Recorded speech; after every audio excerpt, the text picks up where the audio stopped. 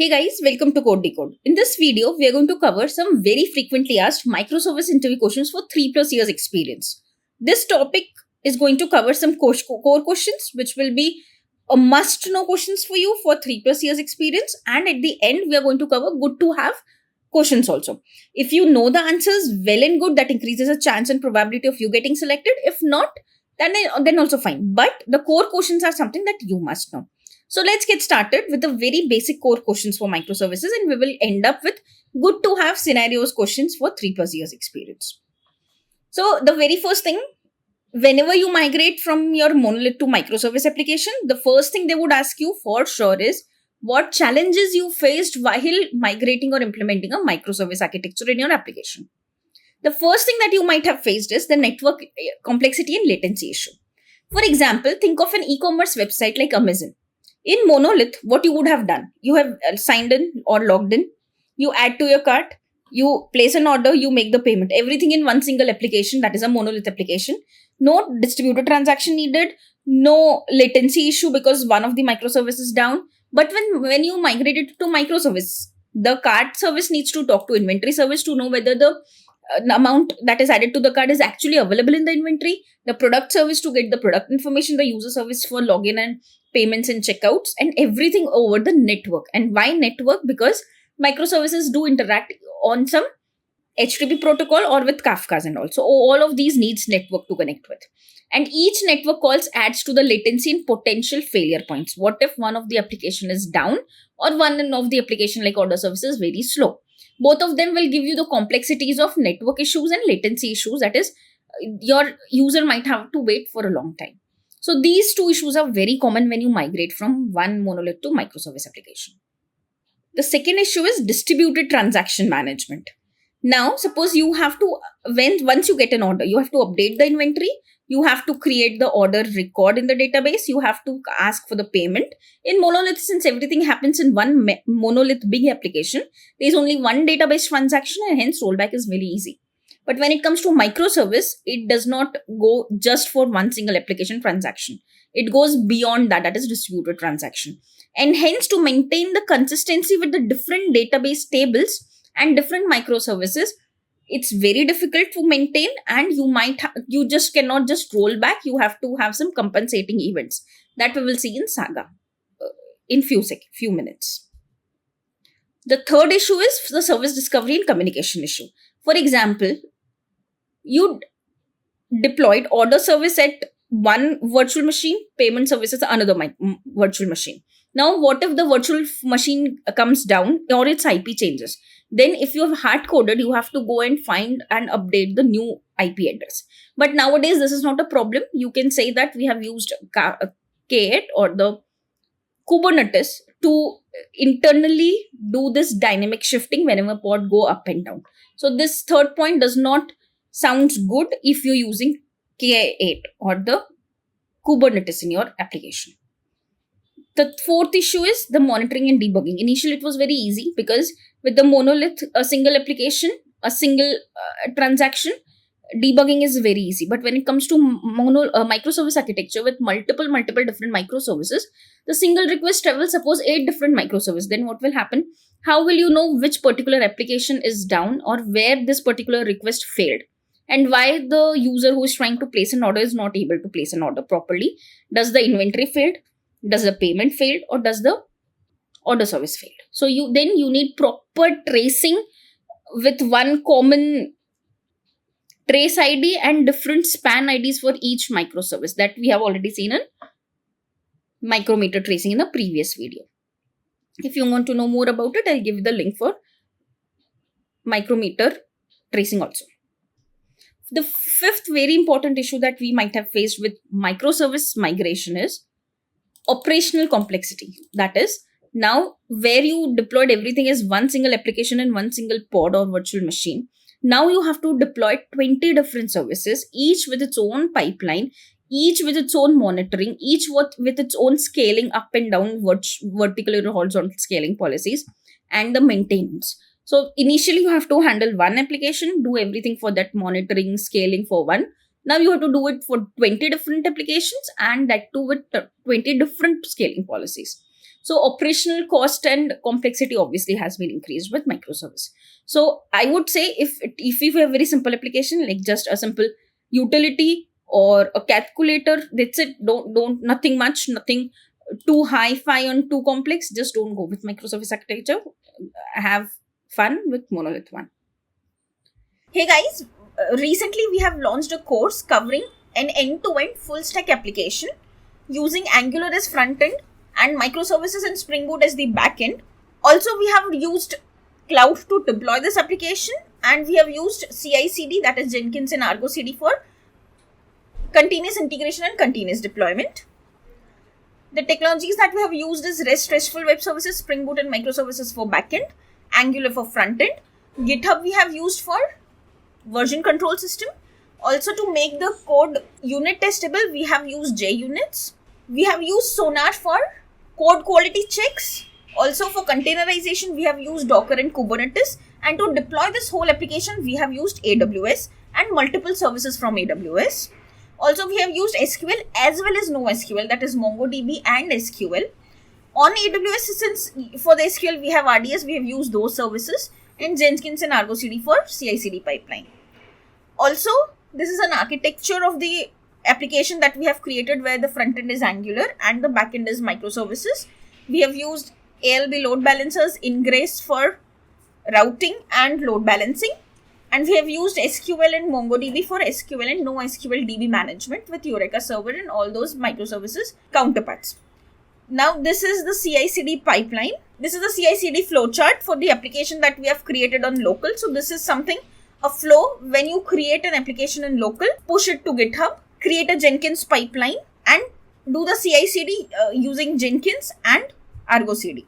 And at the end, deploy the whole code at AWS EKS. Complete description of this course is covered in a very separate video. The link for that video is also given in the description bar below. And also the link to purchase that course from Udemy is also in the description bar below. So please go and check the description for all these links. The second question, that is, what is the importance of containerization in microservice? Nowadays, this question is asked a lot with 3+ years experience, which I found it's very high level.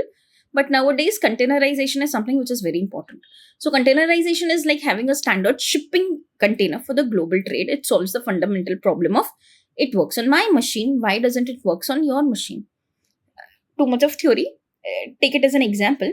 Suppose you have 15 microservices. For example, the user service uses Python or Django. The product service uses Node.js. The payment service, because of the very high transactional requirement, goes with Spring Boot Java.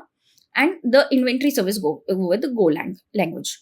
So these 4 microservices have 4 different programming languages, runtime, different libraries, different configurations, different versions, and deploying all those 4 microservices with completely different runtimes becomes a nightmare. And there can be a chance that the product service which is expecting this as a response is working perfectly fine in my machine but not in yours, because during the installation your version is different, your libraries are different, or some configurations got different. Then it might be the possibility that the application which is working perfectly fine on my machine will not work on yours. What will you do?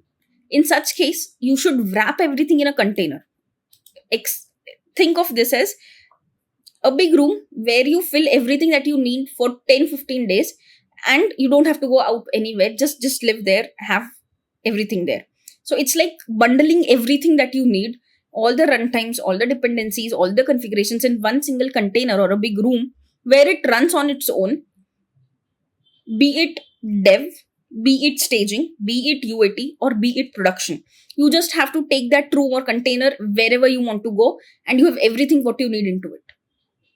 So the best part of using this containerization technique with microservices is that you don't have to explicitly do the setup in each and every developer's machine. You just have the container, get the image, keep the container running, and you're good to go.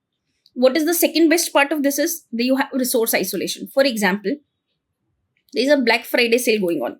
There, people are searching a lot. Then search service suddenly uses 90% of CPU. What happens to the payment service or the people who are trying to actually pay for the product or actually get the product? they get a slow payment service because the search is very high. So it's completely two different microservices, but since they are deployed as a single application on a single virtual machine, sharing the CPU load, what happens?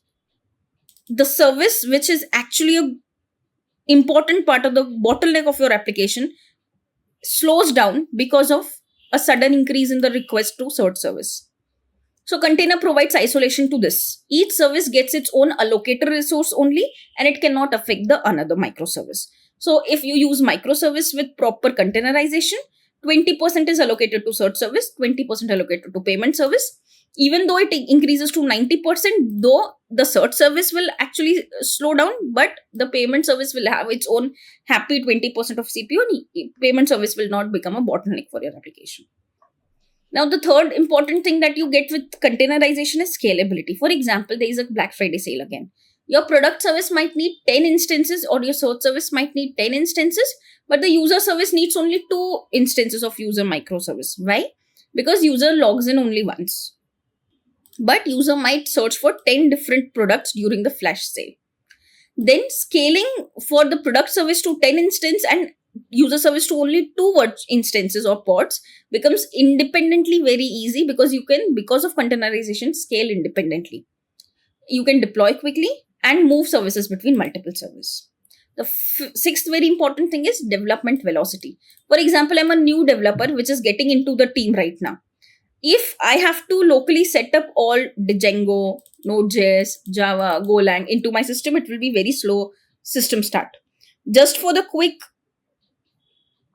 workspace setup and everything, you can have the entire workspace locally set up with just one command, Docker Compose up or Docker run, and then you just need to pull the image, run the container, and you're good to go. You don't have to install 5 different runtimes, different types of databases, configure different ports, make them correct. No, you don't have to do anything. Just one single Docker command, which will make the complete all the 4 systems up and running without the local setup for Node.js or Python or Django or Go at your local system. And the last and very important containerization flexibility is technology diversity. Your team can choose the best tool, that is Python for machine learning recommendations. That is, for example, search service needs too much of recommendations, then it can go for machine learning or Python. For high performance API, you can go for Golang. You can go for Node.js for real-time features, all seamlessly working together in their own separate pods and containers, nobody asking to do any local setup for their own. Now, third very important question is, how do you approach logging and monitoring in microservice environment? This is what I was talking about. Now, consider like that you are managing a very large restaurant chain. You need to have the visibility of each and every restaurant in each different locations while maintaining the overall business of your restaurant. How will you do that? Now, consider an example of e-commerce system. For example, when a customer reports my failed order, that a single request might touch API gateway, user service, order service, inventory service, and payment service. For example, you are trying to place an order for a particular product in Amazon, but your request failed. You get, sorry, your request cannot be processed. Now, you don't know where did the request went wrong, whether I was not logged in, or the order that I was trying to do does not have proper inventory in the inventory system, or my payment failed. You don't know. So without proper logging, you do not get to know where the real issue occurred. So what you rather do is, for example, if you use micrometer, then you can have 2 things. Micrometers, parameters, or the matrices, like for example, how many orders were there, what is the conversion rate, what is the revenue, what is the response time, what is the error rate, what is throughput, and all those things. The second thing you get is tracing. So tracing do what? You get one trace ID across for all the microservice, and one span ID which is unique to API gateway, one span ID for user service, one span ID for order, one for inventory, one for payment. Then what you do is you check with that trace ID how my flow goes. So it goes to API gateway, then it routes to user service, then it tries to get to order service. In the order service, it went to inventory service and found, okay, the amount you are trying to add for that product is not available in that inventory. So you say, okay, I'm sorry, my inventory does not have 5 amount for this particular product, that is why your order failed, and hence your customer is satisfied. Okay, now I reduce it to only 1. Can I place order now? Similarly, if it fails in payment gateway, then it says that your account does not have enough amount, please do that. So this is why the centralized logging and monitoring is very important, to be able to tell user where you actually went wrong. Also, you can set up the alertings. Alerting says, for example, if the order service error rate is greater than 5%, that means you are not able to handle the orders from the users at the real time, and you are in trouble. Because if less number of orders, that means you are having loss to your business. The payment service has a greater response than 2 milliseconds or 2 seconds. That means your user have to wait for the payment for a long time, and it gives a very bad user experience. Or, for example, user service is down for greater than 1 minute and pod is not going to come up, or it is in a crashback loop, the pod. Then you have to alert yourself that inventory service down. Please have a look what happened. A real-time example of such situation is when Black Friday sales hits the dashboard or the traffic. Then you can automatically scale the search service. You can alert the DevOps team. Your database connections are full. And if the payment gateway latency is increased, you can switch to backup payment provider, the third-party provider, to take the payments from the users. So these were some real-time examples of handling the logging and monitoring. If you get to know about those at the right time, you would be able to handle the payment issues. You will be able to handle the database connection pool issues and alert the DevOps teams. The fourth important point is, how would you implement data consistency across microservices? Now, as discussed, you have an order service which creates the order, inventory service which reserves the items, payment service for the payment from the customers, and shipping service to do the delivery. Now, if the payment service fails after inventory is reserved, you need to go back and remove the reservations from the inventory. But the service cannot participate in the asset transactions for the relational databases, because now there is no relational databases. The whole transaction is across 4 different microservices. So now what you have to do is, you have to have something called as revert the existing reservations you have done for the inventory service and remove the database record for that order that is created, because the user does not have the payment to give it to you. So the ways to implement this kind of data consistency is Saga pattern, the choreography that we have discussed, that is everything works in an event. There is a central messaging queue. All the multiple APIs are connected to that particular queue. Each service publishes an event and listens for other, and if the payment fails, it says payment failed, and automatically a revert transaction goes for inventory and order service. The second part of this pattern is the orchestrator Saga pattern, where there is one single orchestrator who gives a call to inventory service and gives a call to payment service. If the payment fails, then give a revert call or the revert event to inventory and order service to remove the reserved inventory for this XYZ user and to remove the order creation record and do not do the shipment. So here the orchestrator handles the compensating actions. So the ways you can implement is, you can do Saga design pattern, you can use event sourcing, you can use CQRS design patterns. And in the real world, for example, if the Amazon may reserve inventory during the checkout before the full payment is confirmed, using the eventual consistency for the backend process, if the payment fails and the user does not have money to pay to that order, the order is then cancelled and inventory is released. But it happens in the course of time, that is eventual consistency occurs. Earlier, it might have reserved some inventory that it has to have a compensating transaction saying, don't reserve the inventory because we do not get the payment for it. Please use this reserved inventory to fulfill the other orders. That's how you can do it in real time. A fifth very important question that is for sure will be asked if you say that you have migrated to microservices. What design patterns you have used while implementing your microservice in your new application? So you can think of multiple different design patterns, but remember, you should be able to confidently say that yes, this is how we use and this is what we get out of it. For example, API gateway pattern. You can say that I've used the API gateway. Now think of it as in a real time as a reception desk of the very large office. Now that large office has a sales department, the IT department, the HR department, and a very long list. Now, if a newcomer comes, it wants to go to HR.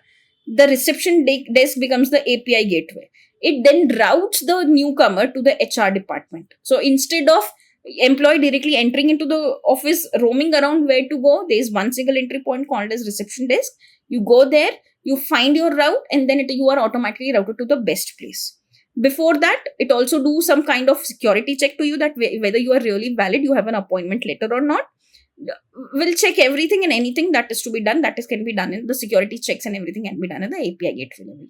Also, logging can be done. That is, there is a register where you log that yes, I entered to the office at this time and I'm going to leave it at this time. So logging can also be done at the reception desk or the API gateway level. So API gateway, think of API gateway as a reception desk for a very large office. So this API gateway becomes a single point for interaction for whole world. It have multiple routes. Like for example, any URL which is coming with orders in the URL is directed to the order service. Anything in the request comes as the products, then it is directed to the product service.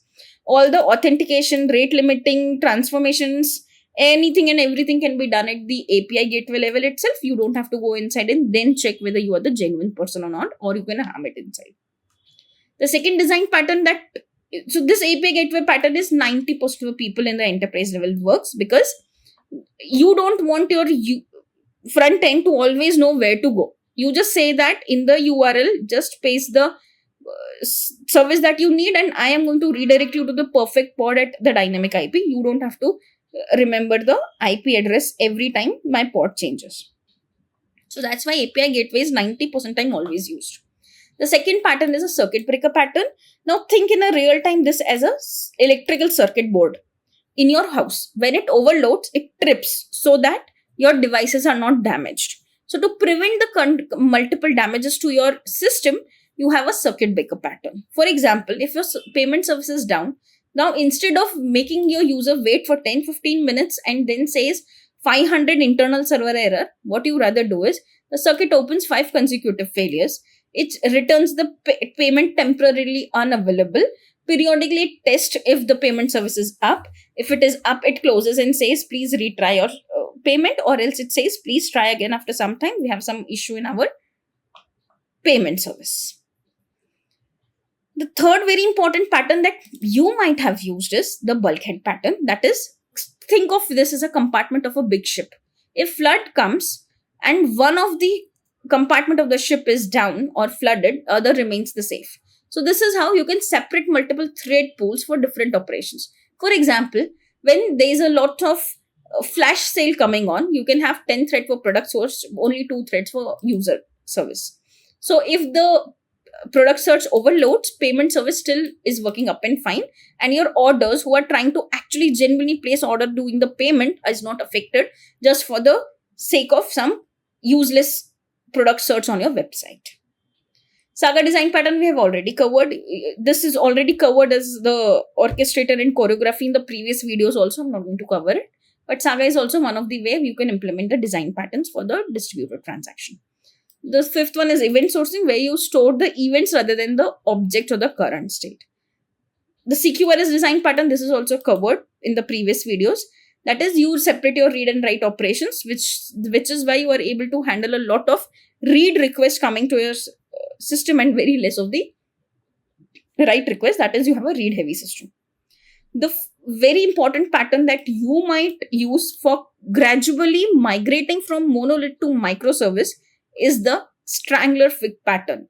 This is very important design pattern and mostly used whenever you migrate your services from monolith to microservice architecture. What you do here is, if you know what is a strangler fig plant, this plant actually starts with a very small, it sits on the host plant. Slowly as it grows, it tries to create its own roots, and when it gets into the proper situation, it kills the host and becomes an independent plant. That is how you start with very small by converting a small features into microservice, and when your microservices all the bounded context and looks good, you completely remove the monolith from the picture and become the independent microservice architecture. So route new features small and steadily to microservices. Gradually move the existing feature to the microservice application, test it in the production. If it is fine, and your users are happy, everything is fine, then gradually, eventually remove the monolith dependency. Don't directly just go and convert everything into microservice and end up having nothing for your users to work upon with, because your microservices are not stable and they're not able to handle the workload. In that situation, you are doomed. So use the strangler fig pattern when you have to gradually replace your monolith with your microservice architecture. Now, how do you handle the inter-service? And that was all about the data design patterns you might have used during your microservice implementation. Now, how do you handle the inter-service communication between microservices? Is a very, very common question. And that's why you must know about it. So there are two ways. That is a synchronous communication. That is HTTP or the REST protocol. This is a proper synchronous communication where your user or your XYZ microservice waits for another microservice to complete its own processing and gets back to the response. Then only the calling microservice starts its work after it gets the response. So it's a blocking call. That is, for example, the product service needs the data to be fetched for the cart service. So cart service gives a call to product service. So cart service is going to wait till it is not able to hit the product service and get the data. So it's a blocking one. What is the advantage of this blocking call? That is, it is very simple. It is having a very strong consistency, and there can never be a case that if the product data is not coming, the cart service will give response, okay, your product is added successfully. That will not ever happen. But the problem is it is very tight coupling and there is a cascading failure. For example, product service is down, then cart service is also down because it says, sorry, the product service is down, I cannot add anything to the cart, which is a valid scenario here, but not always good. For example, having the synchronous call for the notification service or the email service doesn't make sense. For not giving, if you're not able to send email to the user, doesn't mean you are not able to take orders for the user. You will be able to do it, just that you cannot send email right now. So their tight coupling is of no use. So there is a second way, that is asynchronous communication. So whenever you get an order, you place an order, you get the payment. When you try to give an email, you might not able to send because there are multiple orders in place. So what you can do is put that message on the queue. Eventually, when your system has a time to breathe, it will pull the email and send it to the particular user. 10-15 minutes later also is fine. Right now, your business is not impacted. You have successfully taken the payment, successfully placed the order for the user. So neither user is impacted nor your business is impacted just because your email service is very slow. The third very rarely used communication is gRPC. This is between a very high performance and critical applications used. So it's much faster than JSON and REST APIs. It is strongly typing with the protocol buffers. It has already inbuilt load balancing, the beautiful way for communication, which is a very beautiful way for tier 1 systems where performance is very much important. The fourth way of communicating between multiple microservices through service discovery. Nowadays, this is not much required because K8 or the Kubernetes that you use internally do the service discovery, internally do the dynamic pod discovery for you, and hence this might not be needed. But initially when K8 was not there, you have to do the service discovery by your own. Then Eureka or these service discoveries were very helpful. So in the real world, when to implement what? You can use the synchronous communication for payment, for taking payments or for user registrations where there is a critical path. But when you want to send the email notification or do some analytics work, you can always do it in the background using a asynchronous communication. When you have a very important tier 1 service where performance is very important and user do not wait at all, go for gRPC, which is much faster than REST. And for all the external API calls, go for synchronous or the REST API calls for simplicity. So this was all about the core questions that you must know. Now, going forward, we have questions, which is good to have questions. For example, what different strategies do you follow for your deploying your microservices? At 3 years of experience, I truly say it's too much to ask for or too much to expect for, because usually the people who are 7 or 8 years of experience do not allow 2 or 3 years of experience people to do the deployments for the productions alone. So they might not know this deep, that what deployment strategy is used, but if you know, you have a very good chance of cracking the microservice interviews. So there are different type of microservice deployment strategies. I have created a very separate video for deployment of these microservices. But for the quick overview, I'm going to show all the kinds of deployments that you use. The blue-green deployment, where you have two kinds of environments. That is blue, that is a current which is live The green, which is a new version where you do your production deployment. So suppose you are updating the order service. Your blue environment is currently a very stable one, that is old one. The new order service that you have made the changes to in this sprint is deployed but has no traffic, is on green environment. Now you switch from traffic from blue to green instantly, only and only when your blue is okay and green is stable. That is, if you tested the production is successful, you tested all your APIs are working fine, you did all kind of integration testing and your all pipelines are green, then you switch the traffic instantly from blue to green so that the users do not see much of the delay. By the time you did the deployment, did the testing, they don't have to wait. They can continue using the old version. As soon as you are perfectly fine, quickly switch the traffic to green and instantly, without any delay, you will be able to see the new versions. So initially what you have to do is, blue one is handling the current live production traffic. Green environment is where you are doing the production deployment. Suppose your user service is something you are going to deploy. You deploy it to green environment. You run all your checks. You do API checks. You do the database. You see whether latency is better than the previous one or the changes that you have done are good. As soon as you verified everything, switch the load balancer to point to green. And now all traffic goes to green and your blue is with the old version. Next time you might do the deployment to blue, keeping the green as the old version. And if in case you found issue in the green, you can easily revert back to blue, that is the old version, and your users are not affected.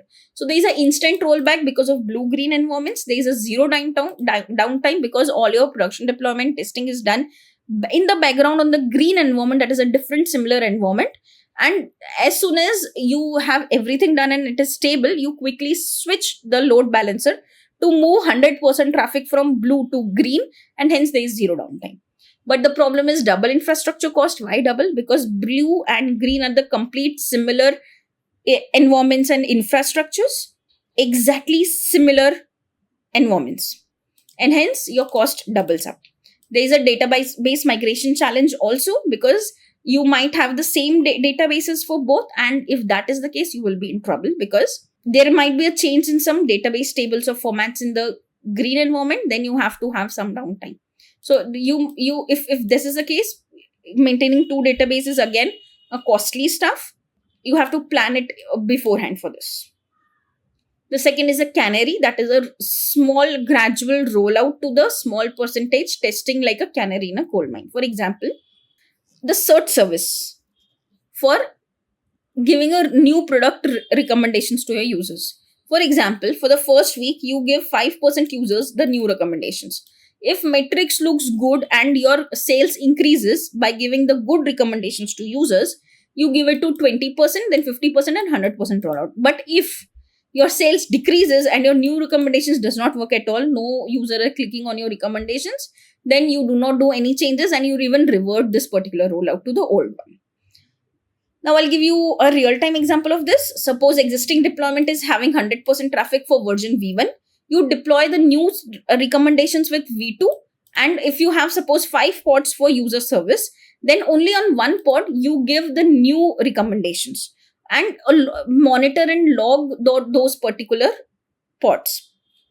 If everything is good, you can slowly and steadily, if it is stable, increase the traffic to 25, 50 and 100%. If not, you can go back to the reverting your V1 pod to all the different instances. What is the advantage of this rollback of 5 pods to gradual update is, it is easy to roll back if issue occurs. If your pod 1 is not behaving good, you can revert it to the pod 2, 3 or 4 or 5 code base. And hence it's very easy to roll back because you have to just make the V1 similar to how it was earlier with V2, V3, V4 in sync. It can be tested easily with the real users, and hence your monitoring and metrics analysis is very appropriate. It improves the trust with user with fewer disruptions, and it supports A/B testing. What is the cons of this? It is very much complex for the deployment because now you have to make sure that only one pod out of the same similar 5 pods, you have to just update one and leave others to the old ones so that you can roll back to the old ones. So you need a very strong infrastructure management, traffic routing, and you have a strong monitoring and alertings. And bug may still impact the canary real-time users, because if even though it is just one pod, but 20% of our traffic is on that pod. So if it is buggy, the new implementation, then your 20% of real-time users are affected. So don't do it until you are very much sure about it. Third is a rolling deployment, that is replace one instance one by one. For example, you take an order service, you deploy the new version, you add back to the load balancer and repeat for the next. For example, you start with 4 pods. You just replace one pod, monitor its health check, and continue replacing one by one. And at the end, all the 4 pods are now from V1 to V2. This is rolling deployment. And what tools you might use? The Kubernetes supports the rolling update strategy in deployment. You might use CI/CD for triggering and monitoring the deployments, and multiple monitoring tools like Splunk, Prometheus, Grafana. The fourth one is A/B testing deployment. This is very similar to this canary deployment, where you want the 50% of the user to be at the old flow and 50% of the user to the new flow, with very beautiful UI and a coupon support. So then what you will do, you deploy V1 and V2 simultaneously at 2 different pods. Both versions are receiving the live traffic, but at a different pods. Now you can route them based on your user ID, based on sign up date, based on device type. So 50% of user goes to V1, 50% of user goes to V2. Now track increase in sales, increase in revenue, how much response time, what is the success rate. And when you compare both of them and you say, oh, A is not that good, B is performing better, then you find the winning version, that is B, and switch the load balancer to completely move the traffic to B and increase your performance, and remove the other completely. What tools you can use? You can use Istos for traffic routing. You can use Google Optimize for web-based experimentations. You can use feature flags to control the exposure to the users. And you can use Prometheus, Grafana, Splunk for the backend matrices. What is the advantage? You reduce the risk of deployments. You test with the real users what they really like. And the disadvantages, you have to do the extra setup. The 2 complete different setups with complete different code base. And also you need very precise monitoring and routing logic. Otherwise, you will end up giving the traffic to the version which is not good. The last one is flag strategy. This is a very important strategy. Suppose you have a very new requirement coming, but right now you want to disable it until the second enhancement comes. So you can implement this functionality and keep it under the flag. That is, only if the feature flag is true, then only do the new code, else just keep the current flow as it is until the new enhancement is not done. And this feature flag can be property driven with the config server, and with those config servers, you can at runtime change it to true or to false based on the needs without any deployment. I have many more good to have questions, like what is the good database design that you are choosing? Then how do you implement versioning? This is very important and good to have questions. And the last one is the authentication and authorization for your microservices. So these are good to have questions. If you want me to cover them, that is the second level of 3+ years experience, let me know in the comment section. I'll create another video for this high level good to have questions for you. Thank you.